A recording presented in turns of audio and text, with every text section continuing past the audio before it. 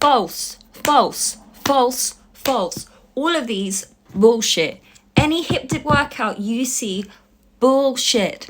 It's all bullshit. And I'm going to tell you why. This angers me. Bullshit. Every single one of them. How to get rid of hip dips. Hi, if you're new here, I'm Isabella Murray, fat loss expert as seen in various UK newspapers.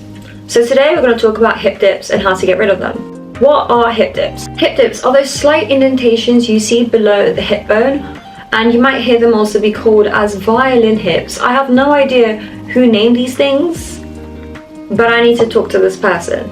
If you're here because you're questioning how to get rid of them, are these workouts you see online to get rid of your hip dips, are they real? I'm here to give you the truth, backed by science. All of these workouts are complete, utter BS. And today, you will learn why. First, we need to understand the bone structure. The appearance of hip dips is primarily determined by your bone structure. Specifically, the distance between your femur, which is your thigh bone, and the iliac crest, so this is the top of your pelvis. The longer the distance between these 2 points, the more prominent your hip dips will be. And this is all down to genetics. Let's talk about another factor, body fat and hip dips. Body fat percentage does play a role to some extent. If you have a lower body fat percentage, you may have a bit more obvious hip dips because there is less fat to fill in that area. However, even at a higher body fat percentage, you may still have hip dips. You can see hip dips from people from like a UK size 4 to a UK size 24. Body fat plays a part in it, however, it's mainly down to your bone structure. Now let's talk about muscle and hip dips. I think it's very helpful when we look at a bodybuilder in a context like this, because with bodybuilders, they have to build their muscles beautifully. They have to work every single aspect of that muscle, because a tricep isn't just one big muscle, the tricep. It's tri means 3. So they have to work out all parts of it. Same with the shoulders, the biceps, and same with the glutes.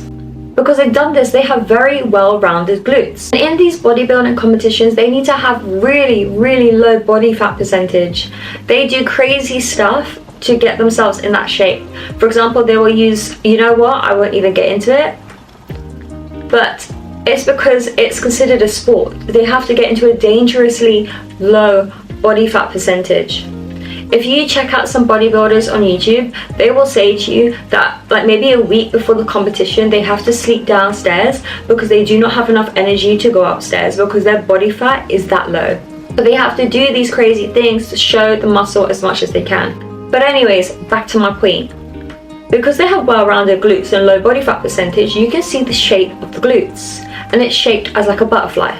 And it's got indents on the sides as well. This is the natural structure of very well-trained glutes. So what can you do? The first one, as mentioned earlier, is to increase your body fat percentage, but again, there's no guarantee it will make a difference. The second one is to accept the situation. Hip dips are completely normal and they're not something that you need to fix. And here's the truth about social media, because if you start comparing yourself to influencers, you're like, oh, well, she trains a lot and she doesn't have hip dips. It is literally about how you pose. If you pose putting more weight on one leg than the other, it will create an illusion of filling that gap.